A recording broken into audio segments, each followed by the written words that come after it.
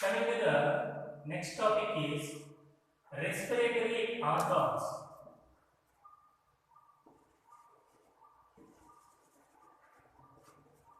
So while observing the mammalian, especially animal kingdom, belongs to the animals which are belongs to the animal kingdom. Begins with the sponges. Begins with the sponges. Next one is cnidarians. Cnidarians. Another one is ctenophores.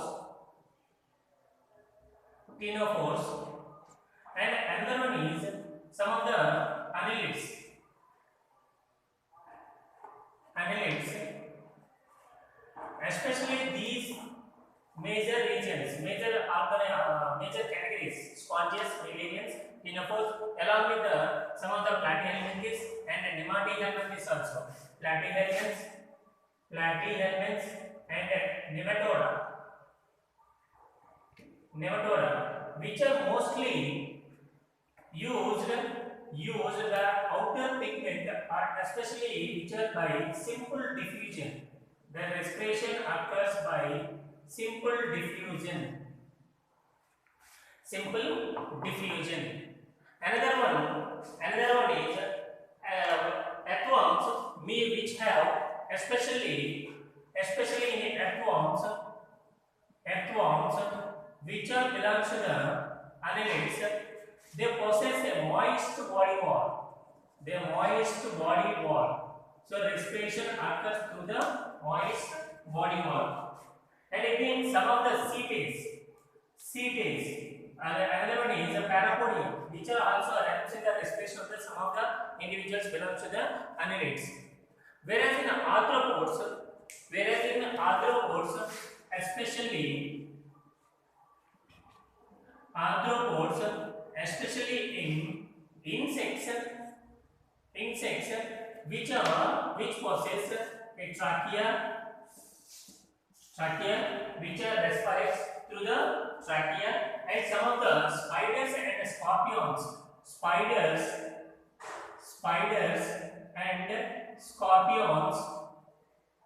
which performs the respiration through the buccal.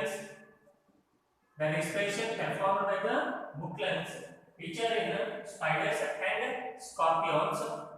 So whereas in insects, with the trachea, which helps in the trachea, which helps in the some of the insects like arthropods, and some of the mollusks, whereas a vascular bags, which are equal to the lungs, which helps in the respiration. Again, whereas in echinodermata, exchange of gases, which are helps in a specific respiratory organs. And coming to the fishes, especially developed by the gills, which are helps in the respiration of the specific fishes. Whereas in amphibians, the respiration occurs through the various types of activities. One is skin, and another one is lungs. Skin is nothing but cutaneous respiration, and lungs, which are considered as bronchial respiration, and another one is buccopharyngeal type of respiration also. There is another character observed in the some of the frogs, amphibians especially observed in the frogs. And coming to the reptiles, the respiratory organs are lungs, whereas in apes, the respiratory organs are especially well development of the apex and parabronchi, due to the presence of 9 pairs of apex and parabronchi, continuous type of respiration. continuous breathing, continuous respiration, which are observed in the air. The continuous respiration observed in the birds, especially due to the presence of air sacs and parabronchi. We know about the final individuals are called mammals. Mammals which develops the lungs. So these are the respiratory organs in the various types of organisms which are related to which belongs to the Animalia kingdom. So once again, sponges, cnidarians, ctenophores, and some of the platyhelminths which are taken by the simple diffusion, and whereas in annelids, especially in earthworms, moist body wall, and in somewhere else, parapodia also helps in respiration. Parapodia also helps in respiration. And in arthropods, insects, they possess specific organs like as trachea and tracheoles. That system is called a tracheal system. And spiders and scorpions, which are book lungs. And whereas in mollusks have specific bags which are present in the inner body wall, which helps in the respiration. Coming to the echinodermata, a specific vascular system is developed in the echinodermata for the respiration, like as amphilos. Coming to the fishes, we know about that is gills which helps in the respiration. And amphibians, skin and lungs and buccopharyngeal cavity, and reptiles and lungs which performed by the lungs, and various specific structures are present in the air which are called air sacs and parabronchi. Okay, coming to the next respiratory system. So first thing, a well-developed respiratory system is present in the reptiles and mammals, because the lungs are well established in the human beings, especially in the human beings. So first thing, what are the organs present in the respiratory system? So first organs are pathway of the respiratory system. Pathway. So first thing is nostrils. Nostrils which leads into the nasal chamber.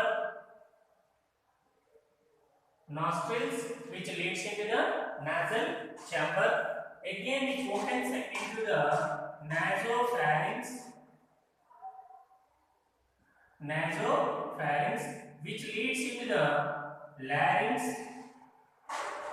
Nostrils which opens into the nasal chambers which opens into the nasopharynx which leads into the larynx which opens into the trachea which opens into the bronchi.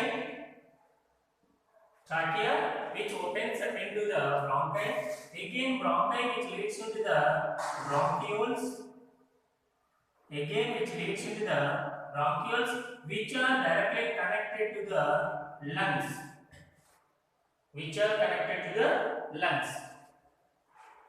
Okay, coming to the first one, pathway of the respiratory system.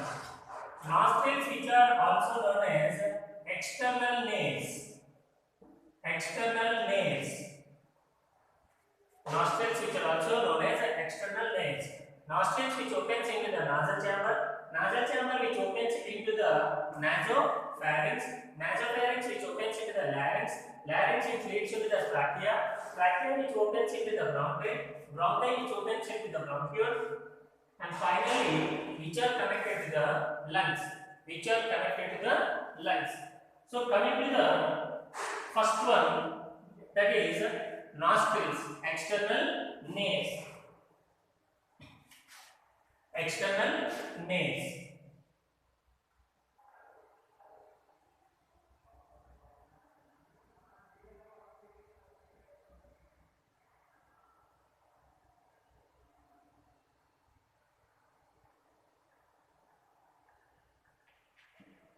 that is buccal cavity,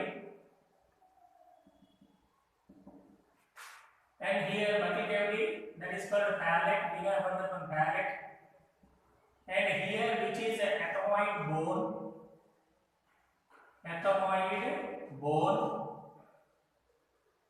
and we will discuss later what is that another part.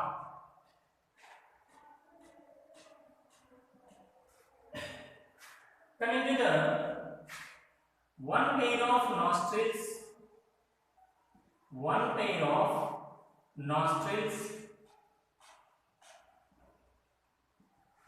one pair of nostrils, one pair of nostrils which are also called external nares, which is present just above the upper lip, which is present just above the upper lip, again which opens into the nasal chambers, which opens into the nasal chambers. Coming to the nasal chamber, so again this is the nasal chamber. So nasal chamber. Coming to the nasal chambers, again which leads into the nasopharynx. Again, the nasal chamber which is divided into the three regions. The nasal chamber which divided into three regions. The outermost is vestibule. The outermost is means the outer part is vestibule part, and the second part is respiratory part, and the second part is respiratory part, and the second one is respiratory part, and the third one is olfactory part. So the parts are the nasal chamber which consists of three regions: vestibule, respiratory part, and the outer olfactory part. Here one pair of nostrils or one pair of nasal external layers which are separated by a septum, that is called nasal septum. The nostrils, the two nostrils separated by a septum that is called nasal septum. Again the vestibule consists the anterior part which consists hair. The vestibule part, the outer part, the anterior part of the vestibule part which consists hair and sebaceous glands. The nasal chamber which consists of three regions: vestibule, respiratory part, and olfactory part. Vestibule consists of opening, the anterior opening which possesses hair and sebaceous glands. The sebaceous glands which secretes the sebum. The sebaceous glands which releases the sebum, along with the sebum, hair which prevents the dust particles, initially. So what is the function of the hair and means which prevents the dust particles, prevents the entry of dust particles. And coming to the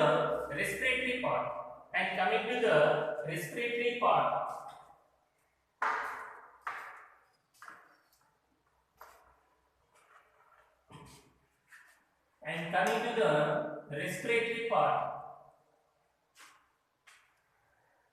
the vestibule immediately which opens into the cavity, that cavity is called respiratory part. This is the respiratory part.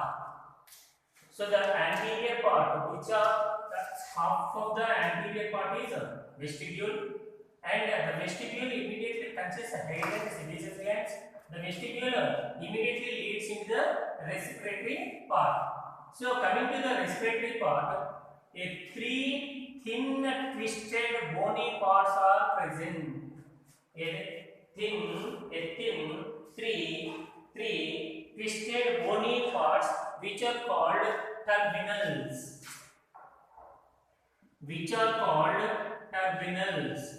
Are concave. So how many means? Three thin twisted bony parts which are present in the nasal part, located in the respiratory part. So what is the function of the three twisted bony parts? Which regulates the temperature levels. Which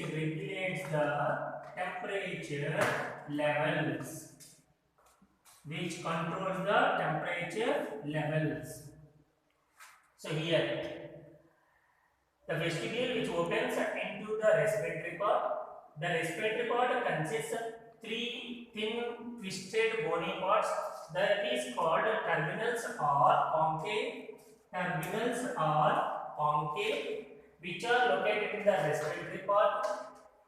The respiratory part which regulates the temperature levels while inhaling the air, or while during the inhalation process, which regulates the temperature during the inhalation process.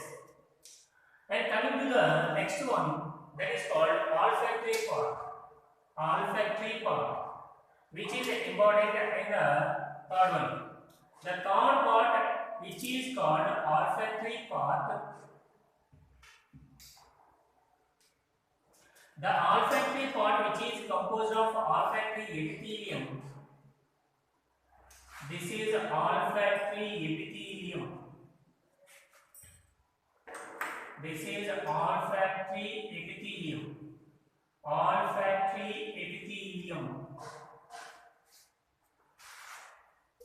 it olfactory epithelium which consists of nerve endings, that is called olfactory nerves. All are unite, which forms the olfactory tract or olfactory nerve, which are passes and connected to the brain, especially in the olfactory lobes, which detect the smell. So the olfactory nerve function which detects the smell. So the smell conditions which are detected by the olfactory lobes, which are connected via olfactory nerves. The olfactory nerves which are connected to the olfactory epithelium. That part which is known as olfactory part. So this is the olfactory part.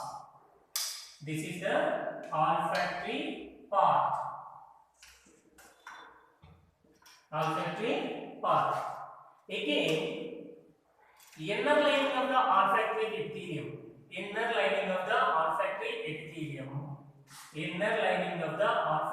epithelium. Which consists of a Bowman's type of cork cells,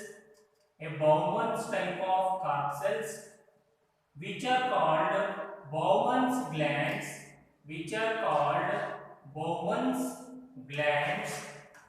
Olfactory epithelium consists of Bowman's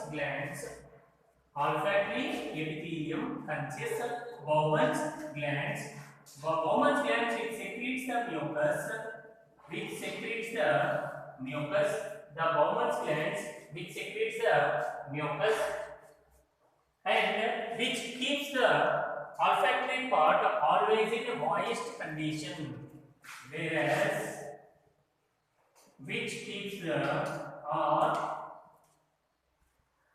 Bowman's glands secretes the mucus, which keeps the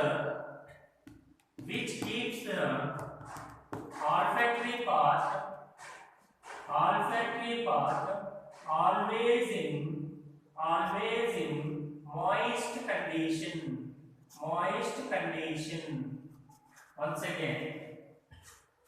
See the nasal chamber which consists of three regions, vestibule, and second one is respiratory part, and third one is olfactory part. Vestibule consists of the anterior part. The anterior part. Vestibule is the anterior part.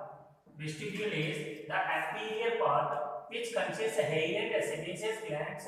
The hair and sebaceous glands which prevents the entry of the dust particles initially. And the second part is a respiratory part. Respiratory part vestibule which leads immediately into the respiratory part, which consists a thin twisted bony parts. It is called terminals or conchae and located in the respiratory part, which regulates the temperature levels. And the third part is which one is olfactory part, which consists of olfactory epithelium, a nerve cell endings which are arranged from the epithelium, which are formed a olfactory nerve. The olfactory nerve connect to the olfactory lobes of the brain and which detects the smell. Whereas olfactory epithelium consists a Bowman's glands. Olfactory epithelium consists of Bowman's glands which secretes mucus, which keeps the olfactory part always in moist condition. And coming to the next part, nasopharynx. The nasal chamber which opens into the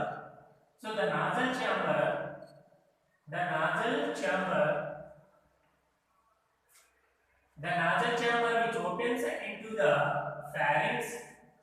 This is the pharynx. The nasal chambers which consists of two nostrils which are called internal nostrils, which are called internal nares or internal nostrils.